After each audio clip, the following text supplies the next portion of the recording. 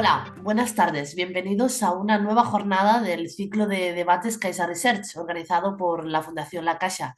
Yo soy Jessica Mouzo, periodista especializada en salud en el diario El País, y os acompañaré esta tarde en una sesión que, como ya sabéis, está centrada en la tuberculosis. Durante la próxima hora trataremos de arrojar luz sobre esta enfermedad infecciosa que, aunque a muchos probablemente les suene una dolencia antigua, incluso haya desaparecido del imaginario colectivo, sigue presente, sigue muy presente, mucho más de lo que algunos se imaginan. De hecho, los últimos datos de la Organización Mundial de la Salud constatan que sigue siendo la enfermedad infecciosa que más muertes causa en el mundo. En 2023 se estima que hubo alrededor de 10,8 millones de nuevos casos y más de 1 millón de fallecidos en el globo.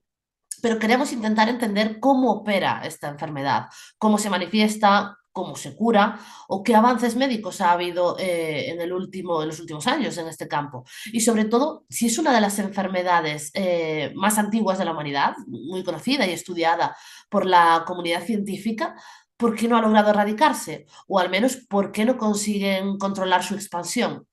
Para responder a todas estas cuestiones me acompañan al otro lado de la pantalla tres investigadores que forman parte de la red de científicos que apoya la Fundación La Caixa, y en concreto estos expertos son conocedores de primera mano de los entresijos de esta enfermedad.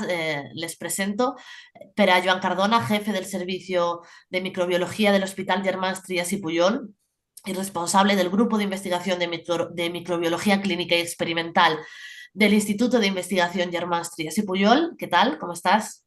¿Qué tal? Buenas tardes. Iñaki Comas, líder de la Unidad de Genómica de la Tuberculosis en el Instituto de Biomedicina de Valencia del CSIC. ¿Qué tal? ¿Qué tal? Buenas tardes. Y Alberto García Basteiro, profesor asociado de investigación en ISGlobal y coordinador del área de investigación en tuberculosis del Centro de Investigación en Salud de Mañisa, en Mozambique. Os adelanto que hemos recibido decenas de preguntas del público y prometo a todos los que nos están escuchando ahora mismo intentar hacerles llegar a los investigadores todas las posibles. Así que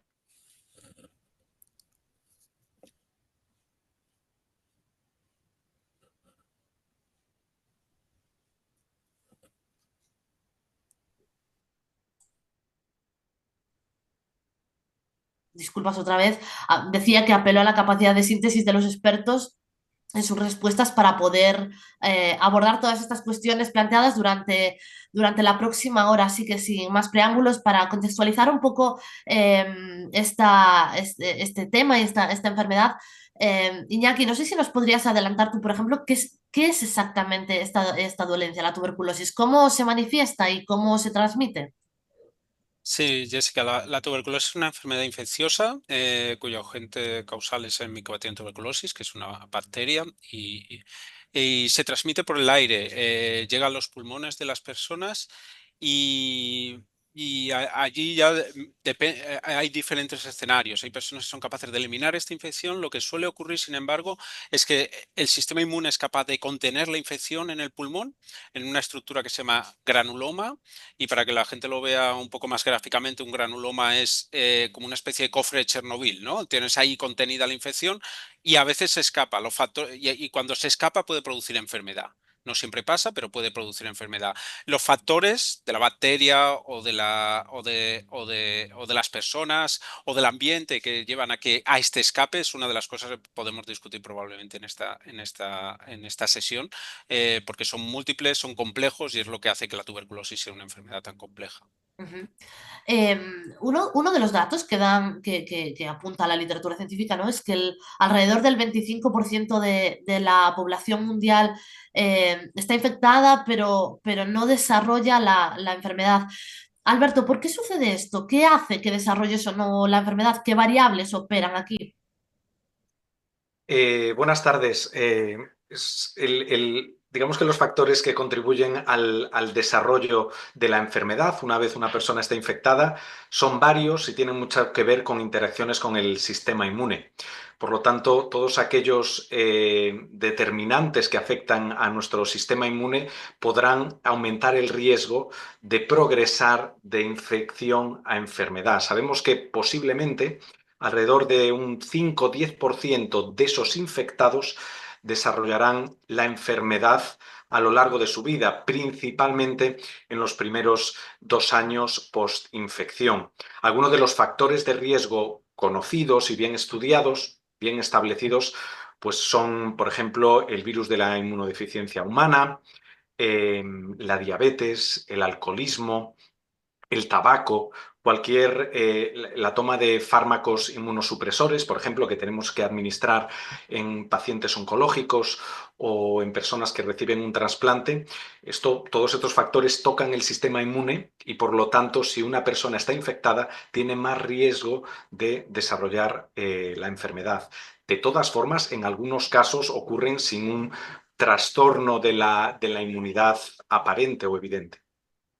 Nos han llegado muchísimas preguntas sobre esta cuestión en concreto, el ser positivo por tuberculosis, pero no haber desarrollado la enfermedad. Os lanzo preguntas esto a los tres, contestadme el que queráis.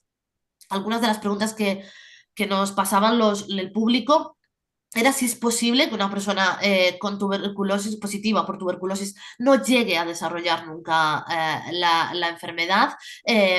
Y en cualquier caso, si hay alguna forma de sortearla, de prevenirla. Sí, pero Joan, ¿quieres tú iniciar? Como queráis.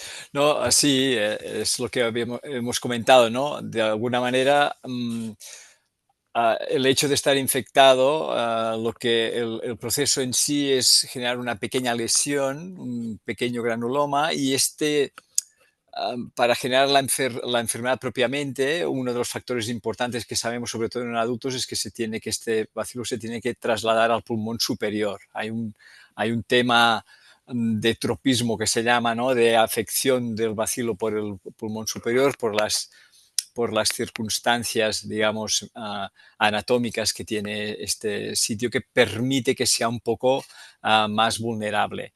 Por tanto, aquí hay un factor, tal como ha dicho Alberto, hay un factor inmunológico que no lo explica, no nos explica por qué hay gente que genera enfermedad y hay gente que no.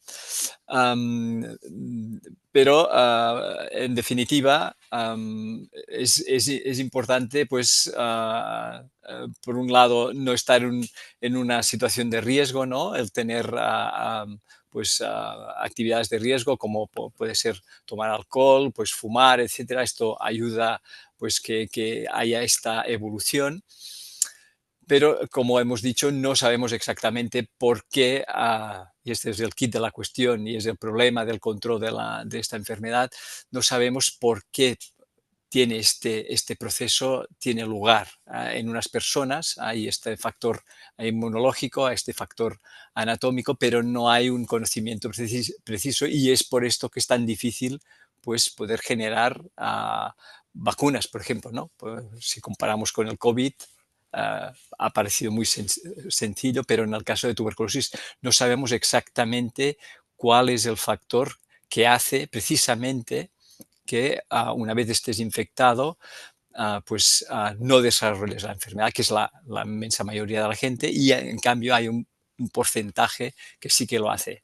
Más allá de la gente que tiene esta inmunodepresión, que esto puede explicar un porcentaje, por ejemplo, el 10% de casos de tuberculosis se vinculan con el HIV, pero la inmensa mayoría no hay un factor determinante. Sí que hay, por ejemplo, la malnutrición, que es el factor inmunodepresor más importante que existe, ¿no? El déficit de aporte proteico, este también es un factor muy importante, pero más allá de estos factores clarísimos, digamos, prácticamente en la mitad de los casos no sabemos por qué una gente desarrollará la enfermedad y otros no.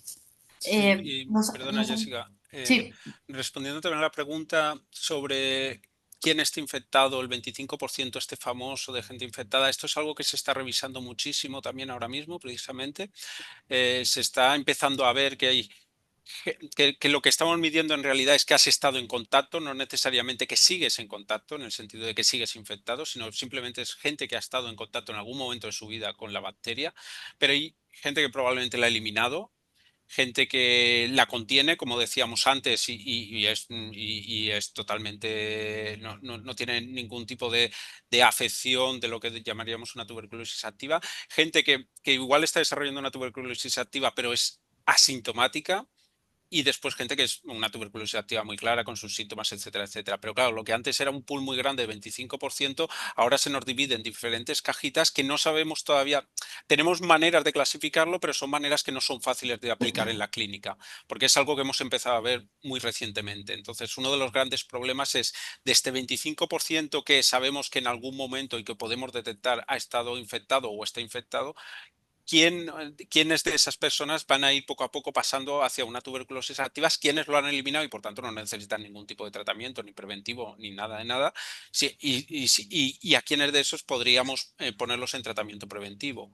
No son malas noticias el hecho de que podamos diferenciarlos, porque tú no puedes tratar al 25% de la población mundial, pero si resulta que hay un 5% en más riesgo de desarrollar tuberculosis activa, ese 5% igual lo podemos buscar y lo podemos tratar desde un punto de vista preventivo. Puede ser es una buena noticia. Lo que pasa es que todavía no tenemos test que nos permitan hacer estas discriminaciones.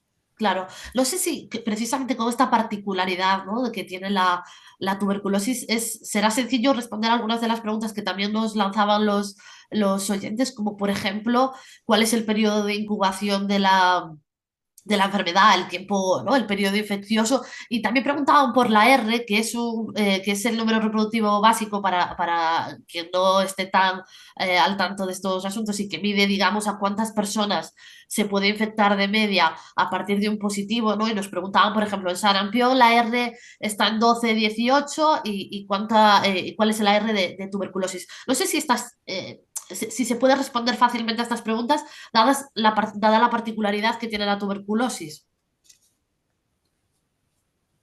A ver, yo creo que es particularmente difícil en tuberculosis medir la R, precisamente por estos periodos de latencia, precisamente porque no sabemos quién es realmente quien ha sido capaz de eliminar la infección. Entonces es muy difícil documentarlo. Y después y no estamos hablando de enfermedades agudas como puede ser o el sarampión o lo que era la COVID. También hay que darse cuenta que la R, el R básico, el R0, R básico, que tú mides en una enfermedad, la tienes que medir en unas condiciones muy concretas y muy pocas veces las hemos podido medir en esas condiciones. En COVID pudimos hacerlo. ¿Por qué? Porque necesitamos introducir un patógeno nuevo en una población que no tiene inmunidad para ese patógeno. Ahí es donde tú mides la R intrínseca de ese patógeno. Esto no ocurre en tuberculosis, donde hay gente que ya está infectada muchas veces, particularmente en las zonas de alta endemia, etcétera, etcétera. De tal manera que, como ocurrió en COVID sabemos que la R original era alrededor de 3 y después fue cambiando. Cambió primero, por una parte, las variantes, que aumentaron su transmisibilidad, pero también la población a la que infectaban no era la misma, porque el pool de individuos que tenían inmunidad y no, al principio era nadie. Y luego, conforme ha pasado la pandemia, era mucha más gente. Y eso cambia la R a otro tipo de R que se llama la R efectiva. Medirla en tuberculosis es muy complicado precisamente porque no podemos discriminar muchos de estos estados, ni quién transmite, quién no transmite, es mucho más complicado que en otras situaciones de patógenos que igual tienen un curso más agudo. Claro. Sí, clásicamente se decía que para mantener la población infectada, un cierto nivel de infectividad en una población que esté en fase estacionaria, se necesitaría que cada enfermo infectara a unas 10 personas, ¿no? Este sería un poco el número, porque de estas 10 personas, 10% generaría otro caso de tuberculosis. Pero esto es un estudio, una cosa muy indirecta, ¿no? Que aquí hablar de una R es un poco, o sea, para mantener los niveles, claro, necesitas 10 para que uno, pero esto es mucho, mucho decir, ¿no? Porque como dice Iñaki, depende mucho, no es como el COVID, no es una infección aguda, necesitas seguramente, te tienes que infectar y reinfectar muchas veces para generar la enfermedad, ¿no? Y por tanto, el saber exactamente cuál es el estado infectivo es muy difícil. También depende del tipo de aerosol que genera el enfermo, ¿no? También se ha visto pues esto, ¿no? Que hay enfermos que generan un tipo de aerosoles con una capacidad infectiva más grande. También la capacidad de diseminación social que tiene un enfermo, ¿no? Capacidad de pues trasladarse en diferentes escenarios y poder infectar a más o menos gente. Realmente es difícil en este sentido pues definir este parámetro. También depende bastante del contexto donde se mida, porque, es decir, estudios clásicos arrojaban esos números reproductivos muchos más bajos en población europea. Recuerdo estudios en Holanda que estaba por debajo de 1, es decir, que cada caso de tuberculosis producía menos casos secundarios, digamos, de enfermedad, no de infección. Y sin embargo, en otros países como el África subsahariana o el sudeste asiático, pues podría dar lugar a 3 o 4 casos. Depende mucho también de la presencia de los factores de riesgo en las diferentes poblaciones, con lo cual coincido con Iñaki que es un tema complejo de estimar. Algo que sí Ayudadme. que... Ay, perdona. No, no, os iba a Sí. pedir que me ayudaseis entonces a dibujar un poco el mapa mundi de prevalencia, de incidencia de la tuberculosis, para saber un poco qué es lo que está ocurriendo en el mundo y ayudarle también a nuestros oyentes a que eso, tracen un poco el croquis de lo que está pasando. ¿Cómo se distribuye la tuberculosis por el mundo? Bueno, mayoritariamente está básicamente en 20 países, ¿no? El país que tiene más casos es la India, ¿no? Después ya viene Indonesia, viene Filipinas, ¿no? Son los casos en números, digamos, absolutos. Después ya quizás ya nos centraríamos en Sudáfrica, en Mozambique, ¿no? Serían las zonas más importantes. Se dice siempre que un 85% de los casos se acumula en 20 países. Lo que pasa es que hoy día, con los movimientos de la gente, pues cada vez esto tiene menos sentido, ¿no? Se comporta todo como vasos comunicantes, es muy difícil, pero sí que es verdad que se acumula básicamente, pues si de los 10 millones de casos de tuberculosis nuevos que hay cada año, pues dos y medio prácticamente se acumulan en la India, ¿no? Por ejemplo, ¿no? China Después, también, probablemente. China también, lo que pasa es que ha ido bajando, ahora Indonesia es la que ha subido, no sé, hay un ranking macabro, digamos, pero sí, básicamente tiene una gran importancia, sobre todo a nivel absoluto en Asia. Sí. Yo creo que para dibujar ese mapa, Jessica, también podríamos pensar en un mapa de índice de desarrollo humano. Es una enfermedad muy asociada a la pobreza, con lo cual aquellas regiones del mundo con menor desarrollo socioeconómico o regiones más empobrecidas, pues tendrán indicadores de tuberculosis más elevados y en particular pues el África subsahariana, el sudeste asiático, pues son las regiones que tienen más casos por población. Claro que China e India tienen muchos casos absolutos porque tienen muchísima población, pero sí que el sudeste asiático y el África subsahariana son los países que tienen más casos por unidad de habitante. Después también hay que tener en cuenta que las fuerzas detrás de estos casos son muy diferentes, ¿eh? Porque, por ejemplo, Mozambique, Alberto lo puede contar, el VIH tiene un papel muy predominante, pero en otros sitios igual es la multidrogoresistencia, en otros sitios puede ser la diabetes. Y después siempre hay un tema común, como dice Alberto, que son el estado socioeconómico, la capacidad del sistema sanitario, porque tuberculosis siempre encuentra las grietas del sistema. Y en cuanto el sistema se agrieta, entonces tuberculosis empieza a crecer. Empieza a crecer en esos países donde hay muchos problemas, pero también en países como los nuestros, en cuanto el sistema de soporte social, etcétera, etcétera, se empieza a resquebrajar. Entonces, hay una correlación muy fuerte entre esos dos factores. Me gustaría que me ayudaseis a perfilar un poco el prototipo, ¿no? Si es que existe, ¿eh? de pacientes o qué es lo más característico. No sé si afecta igual a niños que a adultos o hay diferencias de género, de sexo en esta enfermedad, afecta más a hombres o a mujeres. ¿Qué es lo que sabéis sobre esto? ¿Qué os dice, digamos, la evidencia?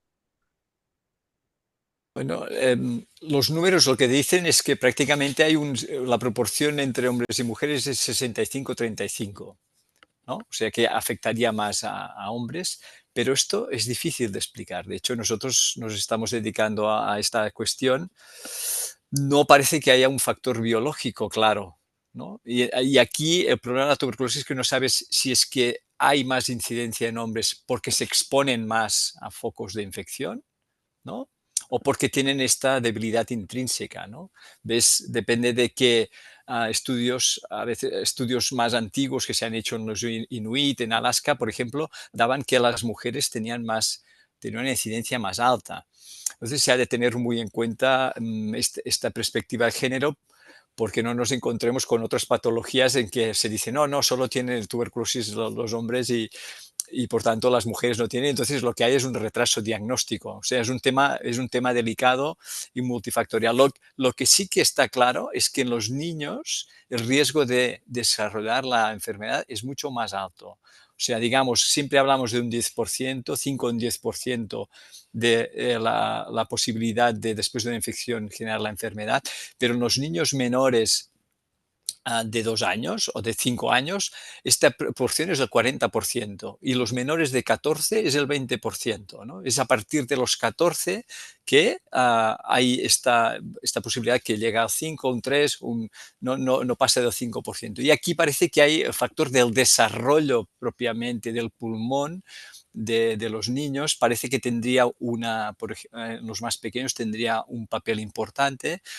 En el caso de los adolescentes sería la socialización, tendría también, por tanto, tendría este factor pues más social, digamos, de relación.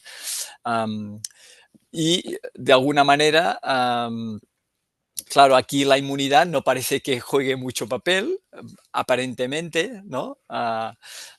Porque de hecho los niños los vacunamos, los vacunamos a todos, ¿no? Y por tanto generamos inmunidad enseguida, ¿no? Entonces, de aquí la complejidad.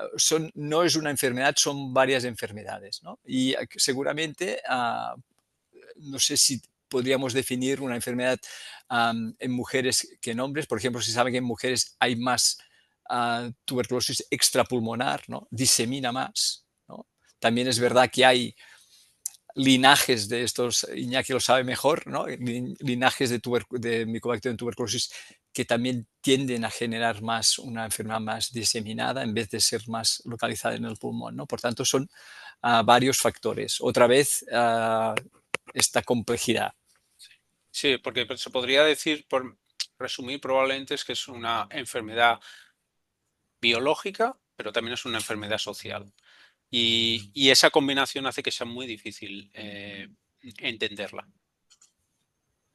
¿Cuál es, Alberto, tú que lo vives, digamos, de primera mano, quizás desde tu trabajo en Mozambique, ¿no? Ya has dado alguna pincelada, pero ¿cómo funciona, o digamos, esa especie entiendo, de cóctel perfecto pues, de pobreza, de falta de recursos, imagino, que hace que la tuberculosis encuentre esas grietas de las que hablaba Iñaki, esos socavones quizás, ¿no? En los países en vías de desarrollo, ¿qué particularidades encontráis que en la tuberculosis en este tipo de regiones? Sí, me encanta eso del socavón más que la Que grieta. en ciertos países. Es decir, es uno de los grandes paradigmas de enfermedades asociadas a la pobreza por diversos motivos. Es decir, en primer lugar, las personas que viven en contextos de pobreza tienen muchas más probabilidades de infectarse.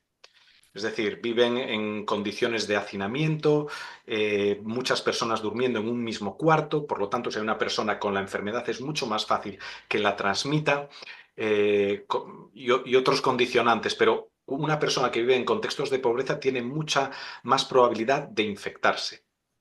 Una vez estamos infectados, una persona que vive en contextos de pobreza, un nivel socioeconómico más bajo, tiene mucha más presencia de factores de riesgos de progresión, de estos que hablábamos, ¿no? Pues en el contexto del África subsahariana, como preguntabas, pues por ejemplo, la malnutrición es el factor más importante. Por lo tanto, las personas infectadas que viven en contextos socioeconómicos bajos tienen mucha más probabilidad de desarrollar la enfermedad.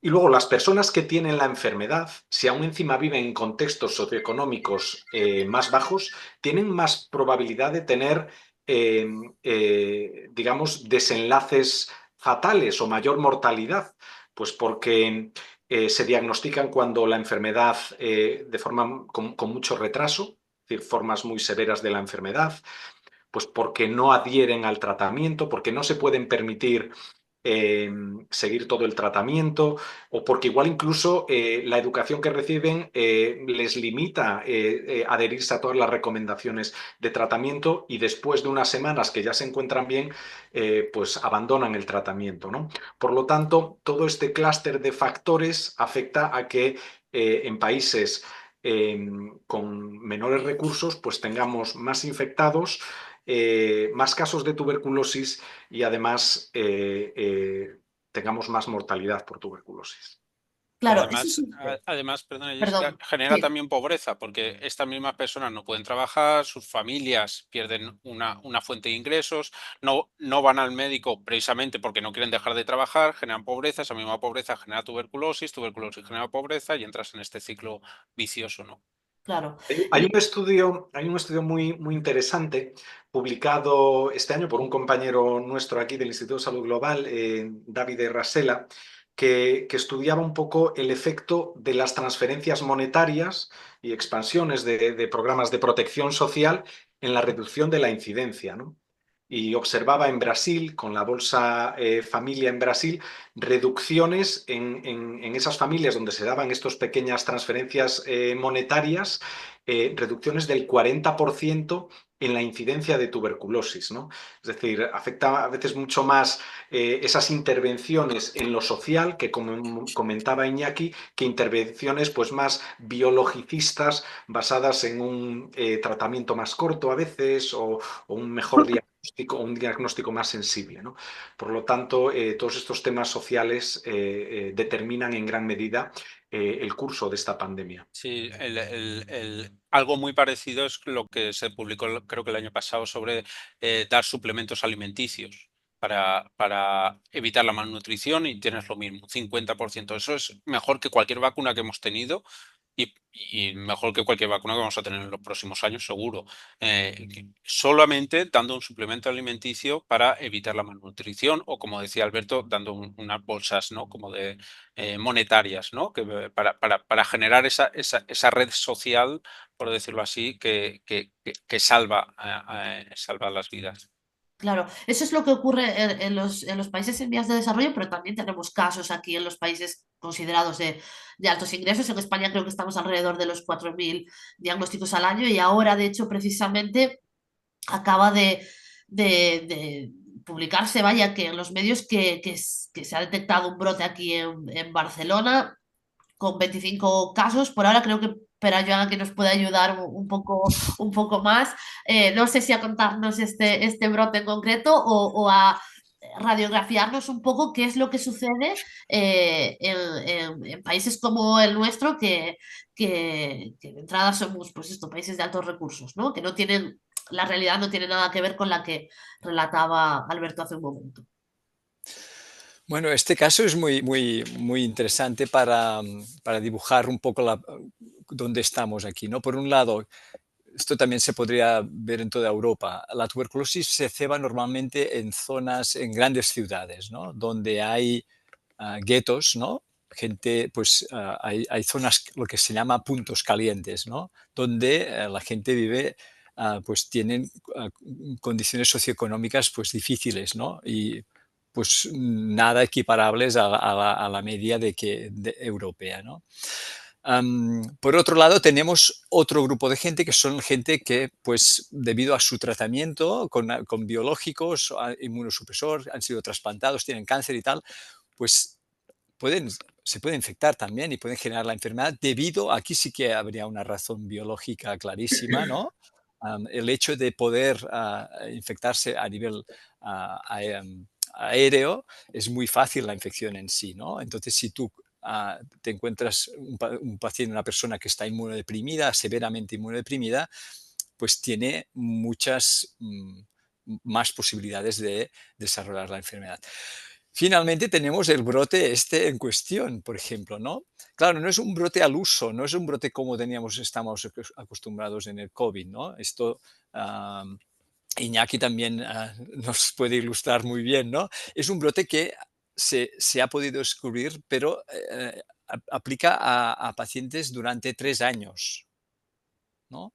Entonces de alguna manera es una buena noticia porque hemos podido introducir la epidemiología molecular en colaboración con la Agencia de Salud Pública de Cataluña, y esto nos permite secuenciar todas las cepas de tuberculosis de Cataluña, y por tanto podemos saber el origen y, en cierta manera, el tiempo, o sea, en un periodo de tiempo, determinar estos casos que han tenido lugar en un periodo de tiempo reducido, digamos 2 años, digamos, ¿no? Más o menos, ¿no?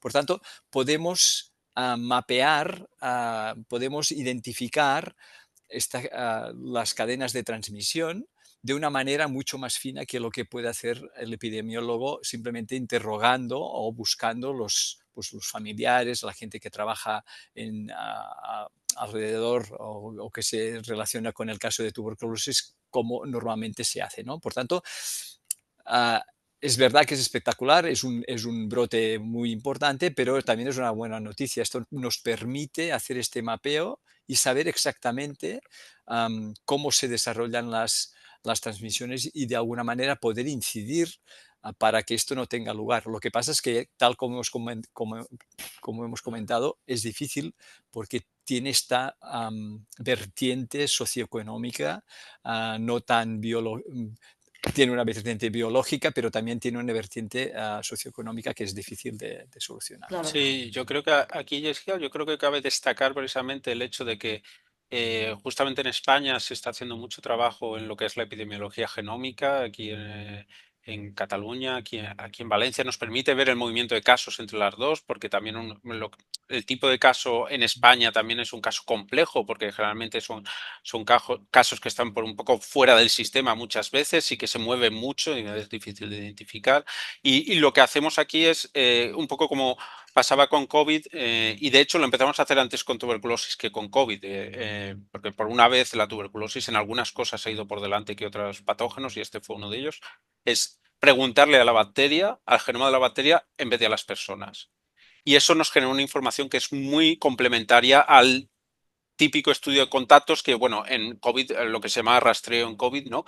Pues eso genera una información muy complementaria porque a las personas muchas veces no les hace la pregunta correcta o no reciben la respuesta correcta, pero la bacteria no evidentemente nos da una información que es agnóstica. Entonces eso nos permite complementar muy bien la epidemiología más tradicional, y es algo que ha entrado en enfermedades infecciosas en el siglo XXI, como se vio con COVID, que se hizo en tiempo real esta epidemiología genómica, y que es una herramienta muy potente para el control de enfermedades infecciosas en general, no solo tuberculosis. Para terminar de contextualizar y entrar ya en la base, digamos, de lo que nos preocupa aquí, que es por qué no se elimina, sí que me gustaría si me podéis hacer una pincelada sintética, que imagino que es complicado, pero voy a pediroslo por favor, de qué herramientas terapéuticas hay disponibles ahora mismo y también cuáles son los efectos secundarios del tratamiento, por qué cuesta tanto seguirlo. Alberto hablaba antes de la complejidad de la adherencia. No sé si nos podéis hacer, bueno, darnos unas pinceladas de los distintos abordajes terapéuticos que tenéis disponibles ahora mismo. Bueno, a nivel en nuestro contexto, digamos en Barcelona, hombre, tener tuberculosis en cierta manera es una buena noticia en comparación con otras enfermedades, ¿no? ¿Por qué? Porque el tratamiento normalmente es eficaz en un 95%, más del 95% de los casos, ¿no?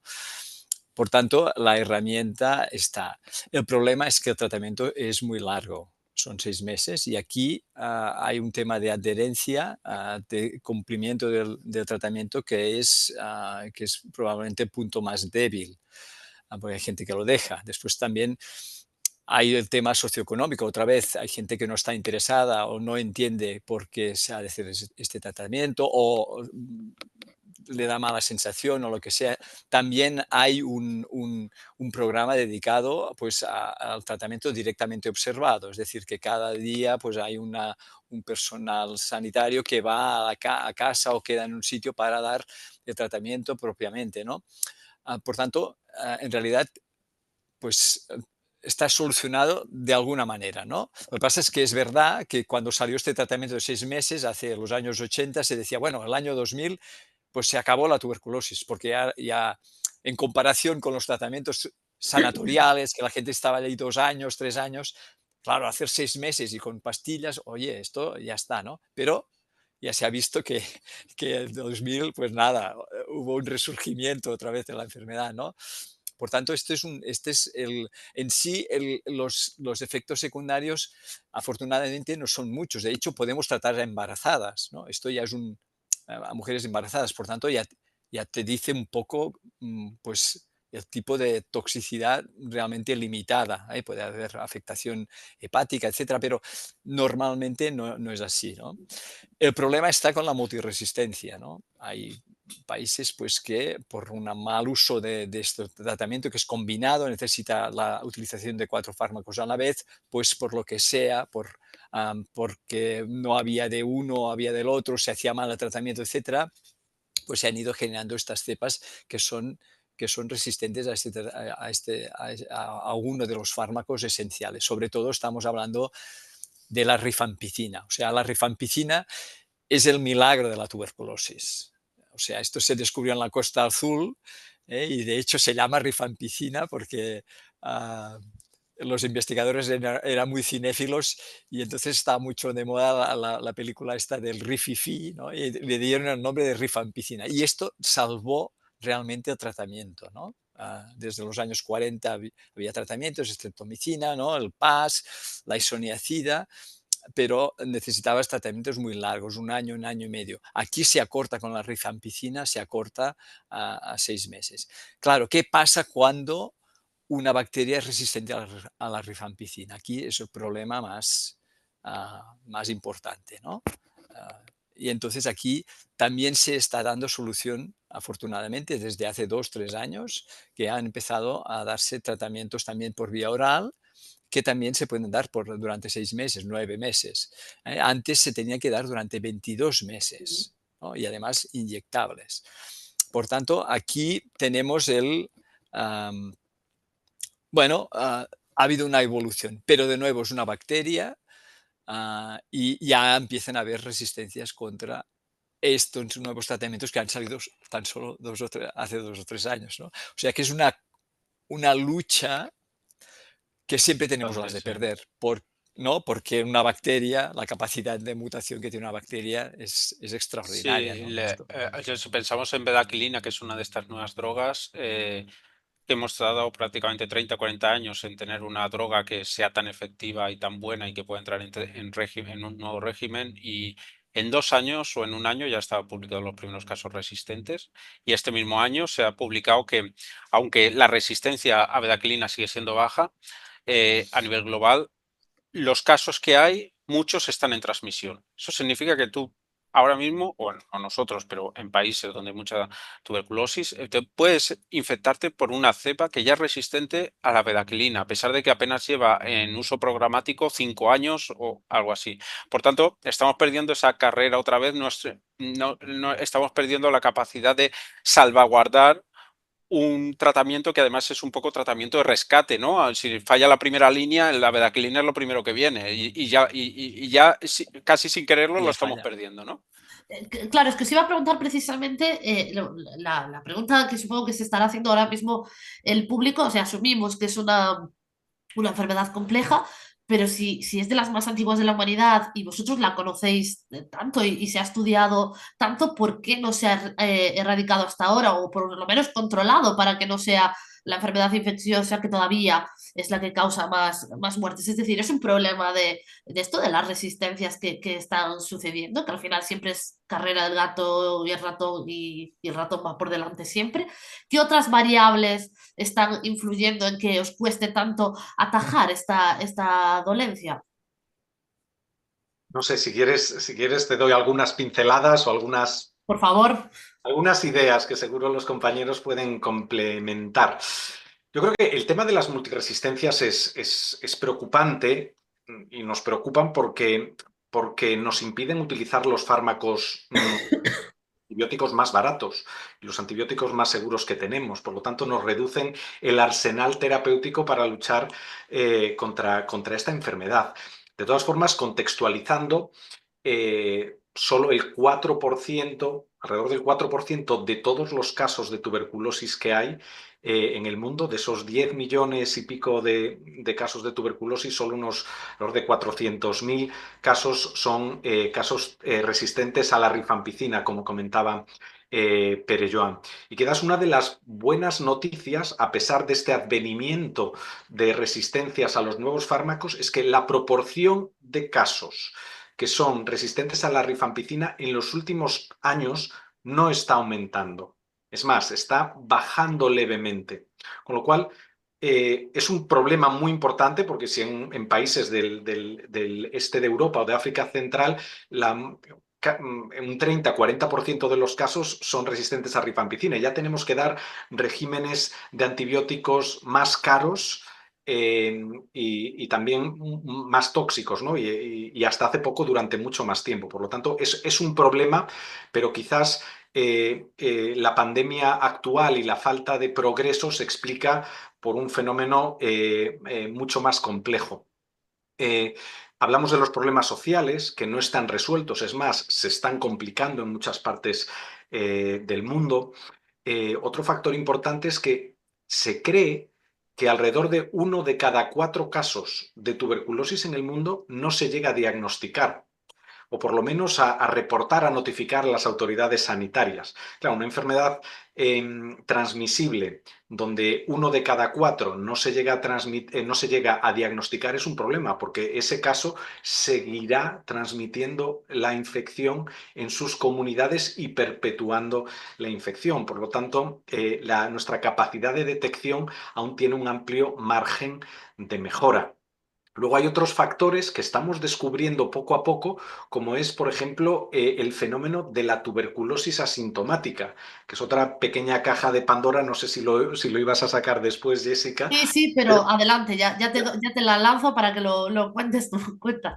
en los últimos años, pues se le está dando cada vez más importancia porque empieza a haber indicios de que la tuberculosis asintomática, es decir, personas que tienen lesiones en tejido pulmonar o en otros tejidos que podemos considerar enfermedad tuberculosa, pues ellos mismos se sienten bien, no acuden al sistema sanitario porque se sienten perfectamente.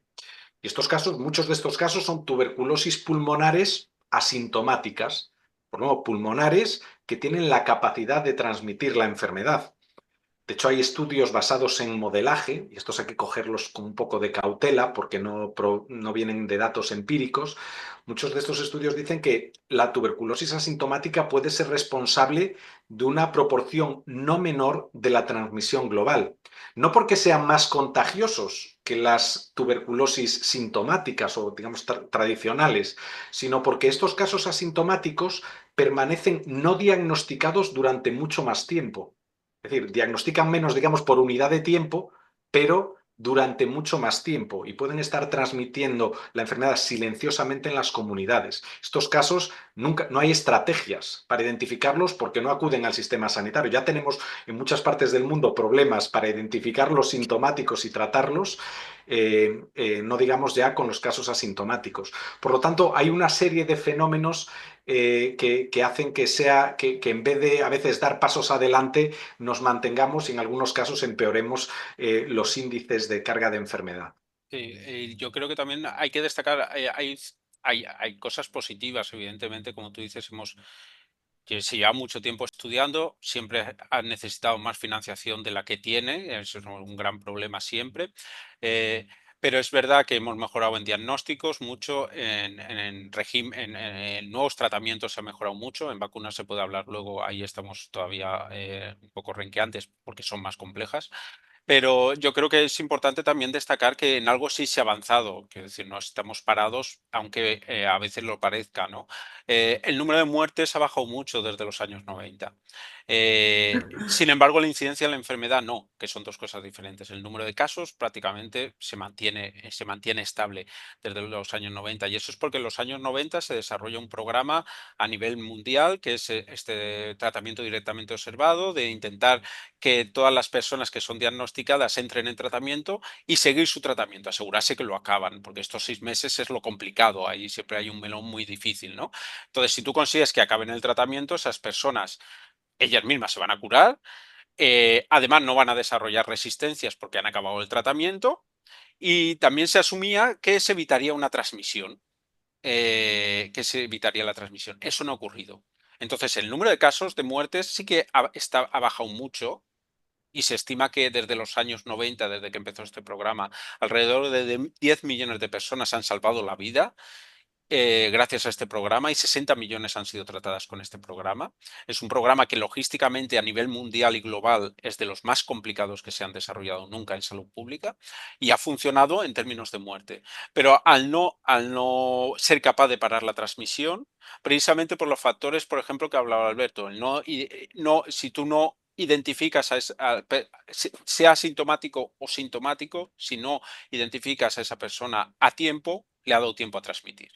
Y entonces este programa estaba muy bien para el seguimiento del tratamiento, para evitar que muriera la gente, pero no para evitar esas transmisiones. Y esas transmisiones cada vez además se nos hacen más complejas, ¿no? Como dice Alberto, ahora tenemos esta transmisión asintomática que cada vez parece que está cogiendo mucha más fuerza. Y todos los programas de control de tuberculosis asumen que síntomas y transmisión van juntos, porque además una transmisión asintomática desde un punto de salud pública es mucho más peligrosa, es mucho más difícil de controlar. Y el coronavirus fue el ejemplo más claro de todo ello.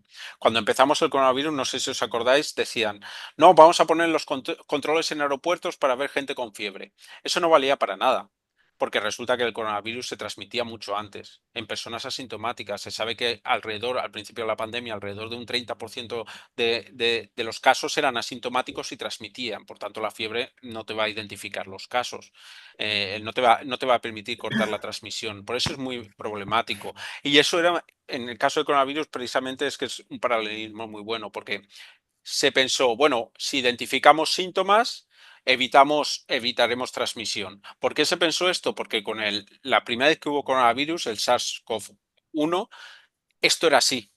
La relación transmisión-síntomas era muy fuerte. Y así es como se controló la transmisión del SARS-CoV-1. Entonces, cuando llegó el 2, que era algo parecido, el primo hermano, muy cercano, tal, pues pensamos, va a ser lo mismo. Y no fue lo mismo. Y eso es lo que nos llevó a tener que hacer confinamientos y este tipo de cosas. Precisamente porque no sabemos quién va a transmitir. No lo sabíamos. No sabíamos quién estaba infectado porque había mucho asintomático. En tuberculosis, evidentemente, no va a ser tan dramático como fue aquello. No es una enfermedad tan aguda, pero es lo que permite también que haya una transmisión sostenida y que esas incidencias no hayan cambiado. Seguimos con las mismas incidencias básicamente durante años y años y años y años. ¿Las tratamos mejor? Sí. ¿Las diagnosticamos mejor? Sí. También te digo, si una persona no va al médico, no la puedes diagnosticar, aunque tengas el método molecular mejor de la historia. Y puedes tener los mejores tratamientos, pero si la persona no sigue el tratamiento, te da igual. Por tanto, las soluciones, por decirlo así, médicas que desarrollamos, que intentan poner tapones a las grietas, pueden ser buenas, pero a veces las grietas son demasiado grandes Claro, para claro. Os quería conseguirlo. preguntar, perdón, que os interrumpa porque ahora tenemos que empezar a acelerar un poco porque se nos viene la hora encima y no quiero que me riñan. Os quería preguntar precisamente, hemos tocado varios temas desde adherencia a tratamiento, la tuberculosis subclínica, pero ¿cómo impacta también todo lo que está sucediendo a nivel mundial? Y hablo, por ejemplo, de cómo ha impactado en la tuberculosis o en intentar atajar la tuberculosis pues la pandemia de la COVID, por ejemplo, o la guerra de Ucrania, o algo tan reciente como los recortes de Estados Unidos a las ayudas a muchas entidades y a muchos programas de salud global. ¿Cómo está afectando todo eso o ha afectado bueno, al control de la tuberculosis? Bueno, en particular el caso de la pandemia aún lo estamos viviendo ahora. Es decir, las consecuencias de ese aumento de la transmisión durante los años de la pandemia, principalmente 2020 y 2021, aún las estamos viviendo ahora con un exceso de casos ¿Cuál es uno de los factores principales de ese aumento de casos que comentabas, Jessica, en muchos países, incluyendo España, ¿no? Un mayor número de casos y una mortalidad mayor, posiblemente un exceso de cientos de miles de muertes atribuidas a las disrupciones causadas por la pandemia. Eso es evidente. Hay otros fenómenos sociales. Por ejemplo, en la región de las Américas es muy importante el tema del aumento de la población prisional, población privada de libertad, y lo vemos en muchos países, quizás El Salvador sea el más evidente, ¿no? Pero sabemos que, por ejemplo, las prisiones son hotspots de transmisión, se dan las condiciones ideales para la transmisión y allá hay todos los factores de riesgo para la progresión a la enfermedad. Entonces también depende mucho de la región. Esto lo vemos, por ejemplo, mucho en las Américas, ¿no? Los efectos que puede tener el paro de la financiación de la cooperación americana y de la investigación americana aún los tendremos que ver, pero Estados Unidos contribuye en mucho al control de la tuberculosis y a la investigación en tuberculosis.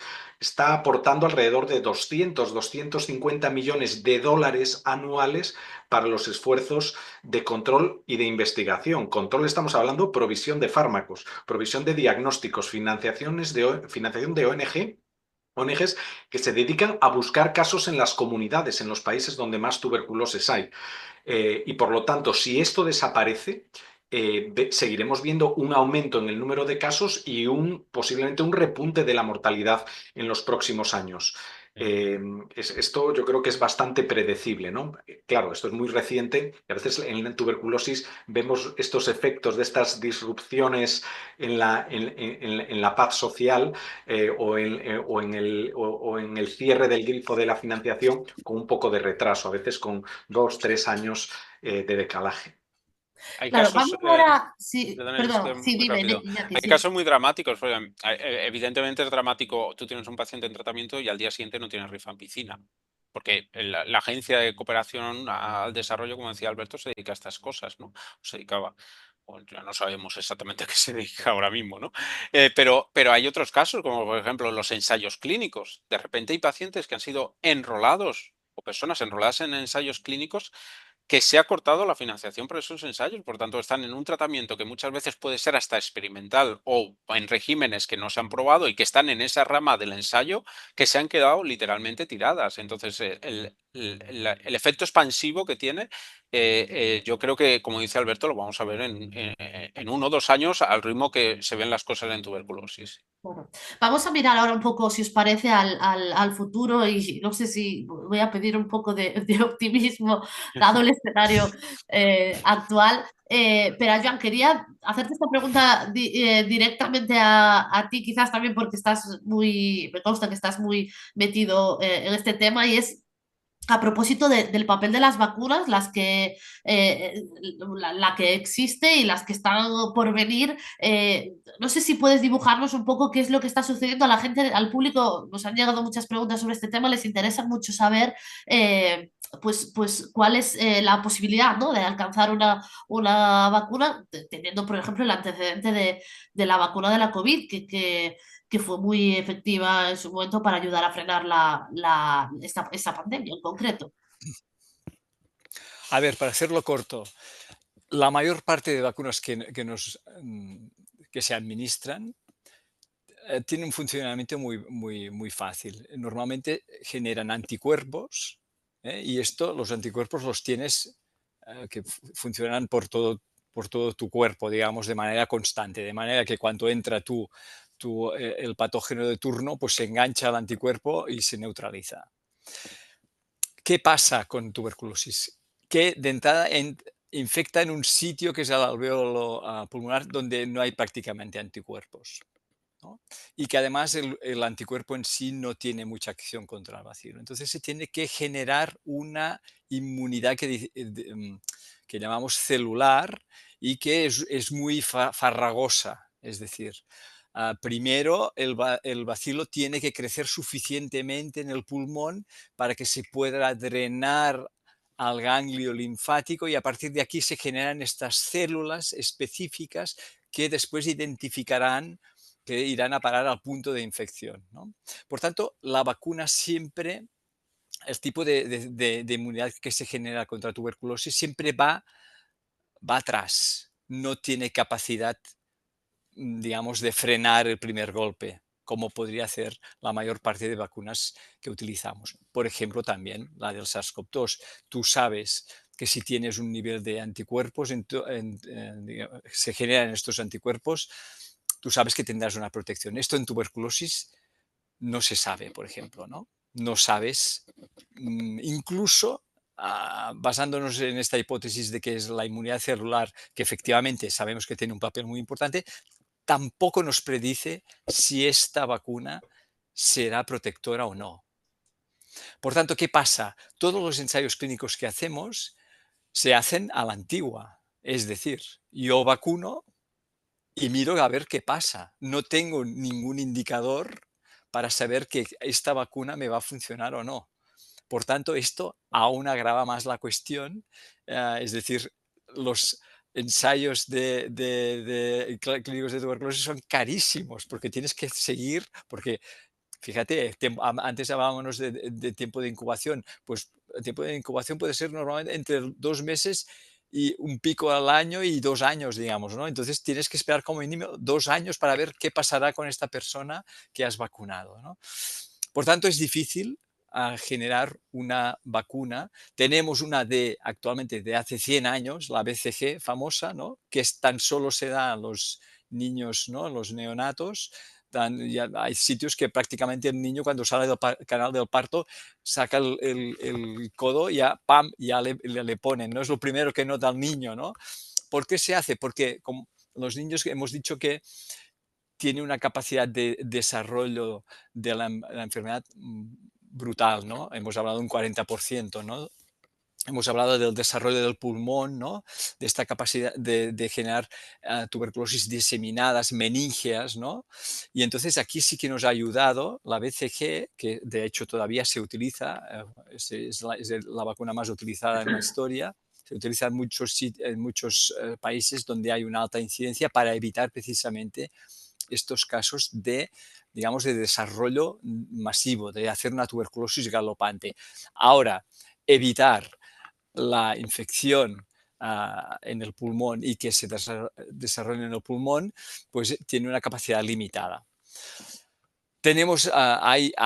Nosotros hemos trabajado, por ejemplo, en vacunas terapéuticas, ¿no? La vacuna RUTI, ¿no? Para intentar reducir este tiempo de tratamiento, dar una profilaxis mejor a la gente que todavía solo está infectada, ¿no? Para una vez has identificado a la persona infectada, pues darle una oportunidad para que no desarrolle la enfermedad. Hay una vacuna que es la de GSK, que la está desarrollando también la Bill Gates Foundation, que tiene un 40% de protección, se ha demostrado el primer estudio, pero ya hemos visto, da una protección similar o incluso un poco más baja que el dar un aporte nutricional a los contactos de un caso, ¿no? Por tanto, estamos en un momento, pues, esperanzador en este sentido, que tenemos al menos una vacuna que parece que va a tener que es esta que está ensayando la Gates. Pero bueno, será otro tipo de vacuna, no será tan definitiva como, por ejemplo, la de la COVID por la naturaleza intrínseca de la infección. Sí, yo creo, si puedo resumirlo muy rápido para que lo entienda la gente también, la comparación con COVID, hubo 3 cosas muy importantes. Tenía mucho dinero por la emergencia que fue aquello y porque tuberculosis históricamente no lo ha tenido. 2, hubo innovaciones en ensayos clínicos que permitían acelerar mucho esos ensayos clínicos, que tuberculosis, entre cómo es la enfermedad, como explicó Pere Joan, no lo puedes hacer tan rápido y además no están aceptados muchas de las cosas que se hicieron para el coronavirus. Y 3, y aunque a la gente le pueda parecer paradójico, la mejor noticia que tuvimos para una pandemia mundial es que fuera un coronavirus, porque un coronavirus sabemos dónde está atacar su inmunidad, dónde está su inmunidad, dónde hay que atacarle. Sabemos que es la Spike y además teníamos las vacunas de RNA mensajero casi preparadas.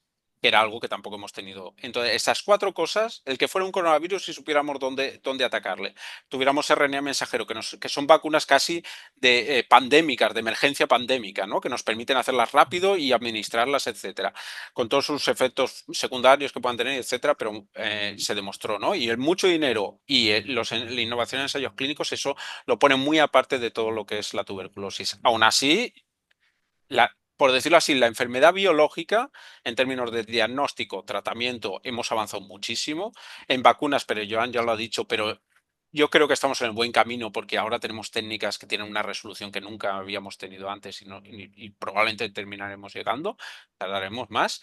Y es la enfermedad social, va a seguir estando ahí. Esas grietas del sistema, esas van a seguir estando ahí. Si tú no vas al médico, pues se te puede tratar una tuberculosis. Os agradezco muchísimo porque, pero yo ya que ya me habéis lanzado el alegato final ya sin pedíroslo, le voy a pedir a Alberto 30 segundos, le dejo, para que también apuntes tú, digamos, los deberes pendientes o las prioridades, digamos, en investigación y en el abordaje de la tuberculosis no sé, para encontrarnos dentro de un par de años volviendo a hacer este debate y que traigáis noticias nuevas y que ya podamos decir que al menos no es la enfermedad infecciosa que mata a más gente en el mundo. ¿Qué queda por hacer o qué es urgente hacer, Alberto? Bueno, yo creo que, es decir, como comentaban los compañeros, sí hay buenas noticias, ¿no? Yo creo que digamos que todo el desarrollo clínico de nuevos fármacos, de nuevos diagnósticos y especialmente de nuevas vacunas está mejorando, está aumentando y hay esperanzas. Hace 20 años no había los candidatos vacunales ni los diferentes enfoques que había ahora mismo. Por lo tanto, hay esperanza y quizás en el ámbito preventivo, en el tema de las vacunaciones, es la que más impacto puede tener si logramos una vacuna realmente eficaz. De todas formas, y volviendo al último comentario de Iñaki, tenemos que entender que el abordaje de la tuberculosis no puede ser exclusivamente médico o biologicista, tiene que ser un abordaje multisectorial. Necesitamos que haya países que mejoren su estatus socioeconómico. Ya sé que esto es muy fácil decir y muy difícil de hacer, pero tenemos que romper esa equidad. Esas brechas de equidad, perdón, que existen actualmente en el mundo. Sudáfrica es un país muy paradójico, no es de los países no es un país de muy bajos recursos, está creo que de países de medios recursos, pero con una inequidad brutal.